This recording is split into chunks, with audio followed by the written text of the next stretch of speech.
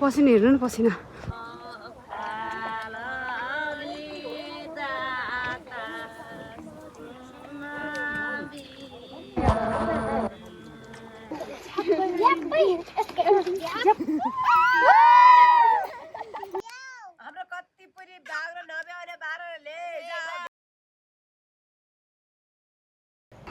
Hello साथीहरू, good morning साथै शुभ बिहानी। के छौ, सन्चै हुनुहुन्छ? म पनि एकदम ठिक छु। आज चाहिँ आएको छु मेरो गाउँ, तर भन्नु नपर्ने, तपाईँले देखेर नि थाहा पाइसक्नु भएको होला। आज किन आएको छु भन्दा नि साउनी सङ्क्रान्ति अर्थात् लुतो फाल्ने दिनका साथै हाम्रो घरमा धान रोपाइ पनि छ।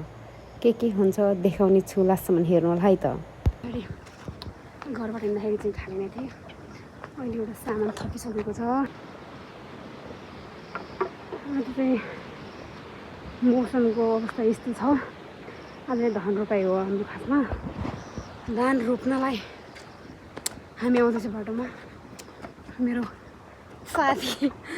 साथी अनि पसिना हेर्नु न पसिना।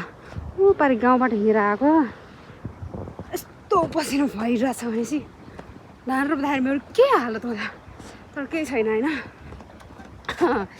यतिको परिश्रम गर्नुपर्छ भनेर भन्दिनँ म। हिँड्दाखेरि यस्तो भएछ होइन। त्यहाँ जानुपर्ने हो, त्यो डाँडामा त पल्लोपट्टि मामुहरू चाहिँ अगाडि गोर्ली गइसक्नु भयो।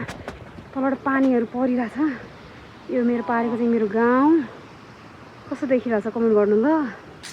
आजकल त गाउँमा होइन बस्नुलाई यस्तो रमाइलो छ। मौसम त्यस्तै हो। फोटो भिडियोहरू बाफ्रे त्यहाँबाट यस्तो कडा आउँछ। सिजनको सदुपयोग गर्न म पनि घर आएको। हाम्रो यिनीहरू बिउ निकालिरहेको छन् होइन। यस्तो छन् यस्तो यिनी हाम्रो कामदारहरू।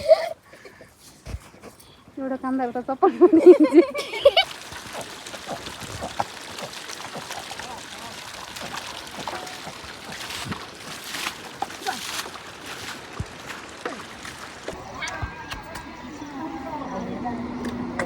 तिमीहरू यहाँ आउनु यार, केटी तिम्रो भइन्छ यार।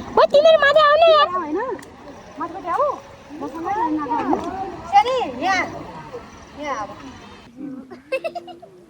बोन के छ नि, छिटो बुन नानी के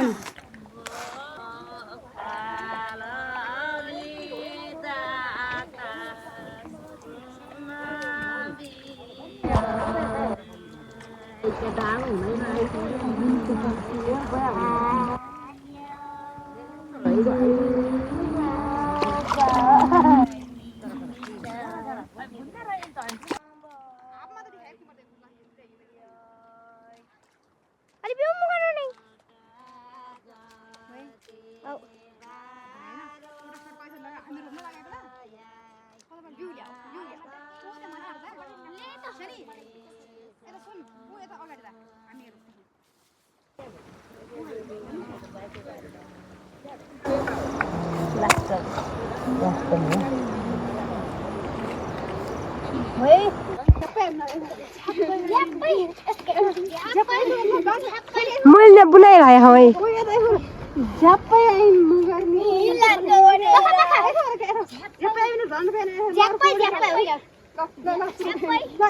ल गीतमै गरौँ त, गीतमै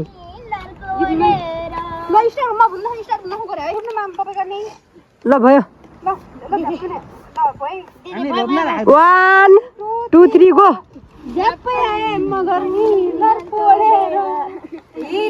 कति दिदी दिए कान्छी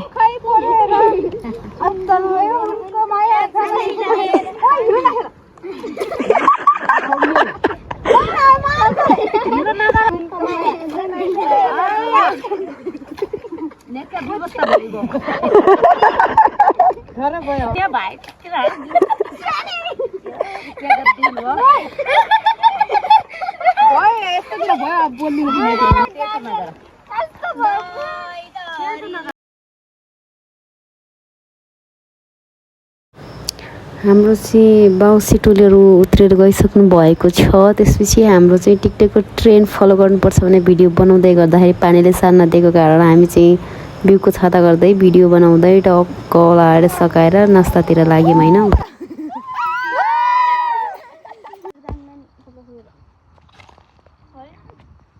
यो चाहिँ हामी घर जाँदै गर्दाको दृश्य। सानो बेलामा चाहिँ यस्तो इन्द्रेणी लाग्यो भने चाहिँ भूतले नुहाउनु लाग्यो धडा फुकायो भन्थे क्या।